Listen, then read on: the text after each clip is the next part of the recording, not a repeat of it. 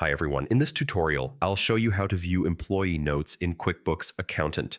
Managing employee information effectively is key for both experienced accountants and beginners, and notes can help streamline your workflow. Start by opening QuickBooks and signing in with your account. If you're using QuickBooks online, make sure to select it during login so you have access to all features.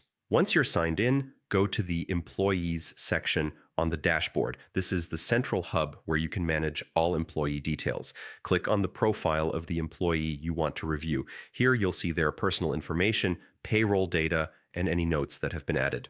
Next, look for the Notes tab inside the employee's profile. This is where you can view all existing notes, making it easy to keep track of updates and important details. If you want to add new notes, click the Add Notes button. A text box will appear where you can type in your information.